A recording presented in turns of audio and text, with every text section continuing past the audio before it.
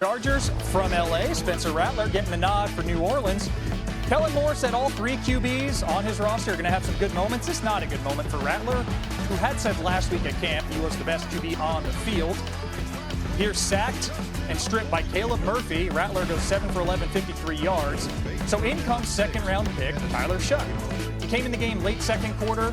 In the third, Shough completes a pass directly to Eric Rodgers. Problem is he's employed by a team in Los Angeles. Pick 6 for Rodgers, the undrafted rookie free agent out of Rutgers. Had 2 interceptions before, unfortunately, exiting with a leg injury. But here's the positive for Shough. It might be a little bit of a roller coaster for the young man who's got a birthday next month, talking about his age a lot. Goes up top to Mason Timpton, 54-yard touchdown. They'll take that in New Orleans. Shough goes 15 for 22, 165. The touchdown we showed you, the pick we showed you.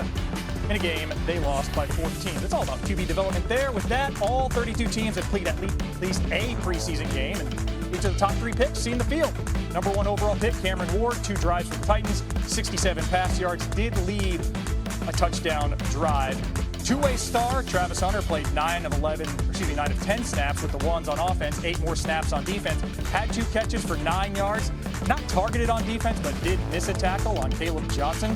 Number 3 overall pick for the Giants, Abdul Carter, made his presence felt against the Bills. The Penn State product played just 6 snaps, had 2 QB pressures and a tackle, even against Pro Bowler Dion Dawkins. Story of the draft, Shedeur Sanders, his drop, but looked the part of a pro in his debut. 14 of 23 passing, 138 yards, 2 touchdowns.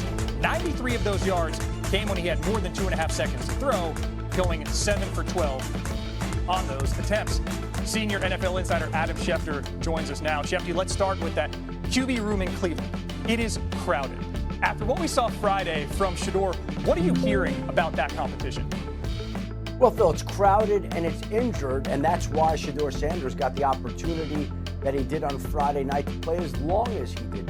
Kenny Pickett, Dylan Gabriel have been dealing with hamstring injuries, and Shedeur Sanders came out and did exactly what he needed to do. He played 45 snaps, and he played well. He wasn't satisfied with the performance, but it was hard not to watch him and feel like he couldn't start at the NFL level. He shined. He'll have the chance to continue that in the preseason, and if he plays at the level that he did Friday night, it's going to be very difficult for the Cleveland Browns to keep him off the field over the course of this season. Just want to say, Browns QB jersey guy should have the sewing machine on the ready for week 1. Adam, at the top of the NFL ladder, concern in Philly about their Pro Bowler, Eagles left tackle Landon Dickerson, was carted off the field with an apparent leg injury during an open practice Sunday night. What more can you tell us there? All right, Phil, let's bring you the very latest here on the Eagles Pro Bowl guard Landon Dickerson. He was listed on the injury report on Saturday with a knee injury. He went into the practice on Sunday night and hurt his knee again. He is scheduled to undergo an MRI today to determine the extent of the damage. You can see he could barely put weight on that injury on Sunday night. It is a knee again. He's had knee issues in the past, and he's also been a dominant offensive lineman. He's somebody that the Eagles do not want to lose. We'll see what that test shows today, and that should tell the story of how much time Landon Dickerson will miss and when and if the Eagles can expect him back. Yeah, that O-line was a hallmark of their Super Bowl run. Adam, the Rams were closer than anybody to beating the Eagles in the playoffs last year.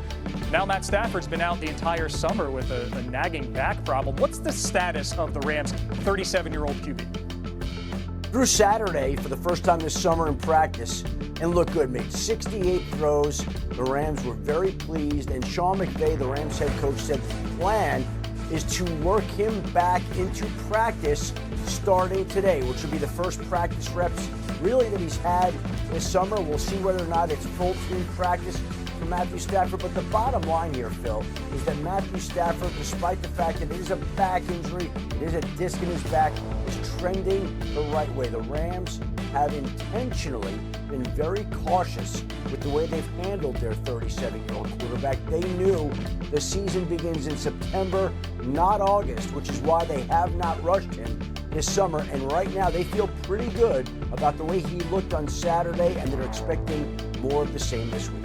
We forget how good L.A. looked in November and December of last year. They won 6 of their last 7, and in that time, Stafford, 11 touchdowns, just 1 pick. Adam, thank you. Brother, let's get Coach Herm Edwards here to discuss this here, because yesterday we talked about the balance of offensive and defensive snaps for one. Travis Hunter, I know he has the iron lungs, but it's about management all the while. So how do you feel like the Jaguars approached that Saturday night? Well, I thought what they did really a nice job of this, allowing him to play offense first. Why? He gets the fan base all excited. What do? First play of the game, they throw him a pass. Throw him a little hitch pass. He catches it. It really can't go anywhere with it. But they got him involved in the offense early. I mean, the fan base is excited about it here. Same route again, okay. And so here we go. And then he played a little bit of defense. I played corner. The issue I have is this, to be quite honest. When the season starts, not preseason, how are they going to use this guy? They're saying we're going to use him 30 plays on offense, maybe 40 plays on defense. That's 70 plays. That's a lot of plays for a young football player. I think if I was the coach, I would use him on defense. I'd play him at corner. I would use him as a specialist on offense. Right. I'd give him a series of plays, situational football, third down, red zone. I don't know what they're going to do, but I do know this. If they try to play him 70 plays every game, that's going to be very difficult. That's a lot on a wiry frame like Travis Hunter, even if he does put on a little something as far as weight goes. Yeah, he did it in college. Right. But different ball game. The ball teams that he's playing with now, they play on Sundays. Yeah. It's professional football. Grown men. I love the guy. Yes. I think he's an outstanding athlete, a great football player. But don't marginalize the guy and wear him out by making him play both ways. Yeah, finding little packages to get him in on those sub sort of categories that he can come in there, have those special plays built for him. That is how you likely maximize on his talent. Now, shifting a little bit to the top pick overall, Cam Ward.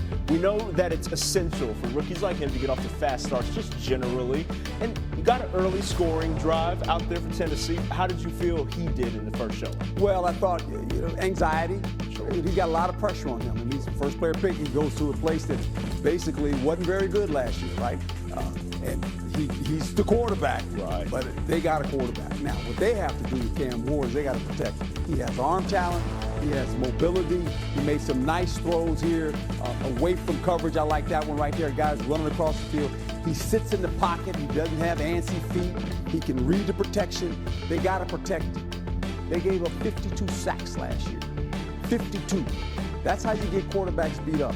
So they got to make sure they help him. He can't do it all. He can't throw it and catch it and block as well. He's got to play quarterback. But they have a franchise quarterback. I'll tell you one other thing he did well. Find a veteran receiver in Calvin Ridley. Just find him, go to him if you need to. In any case, we are far from done with you, Herm. Stick around for us. We'll get back to you in just a minute. Thank you. All right, so we had a 70s show take place in Jacksonville, by the way, word to Fez. Cam Little, anything but the sixth round pick, knocks through a 70-yarder. He threw up the hand before it was anywhere close to those uprights. He knew it was true from the moment it left his foot. Everybody on that Jags sideline certainly appreciative of it. As you look at it again, dog, he might have had a couple more yards out of that. Now, that's not the record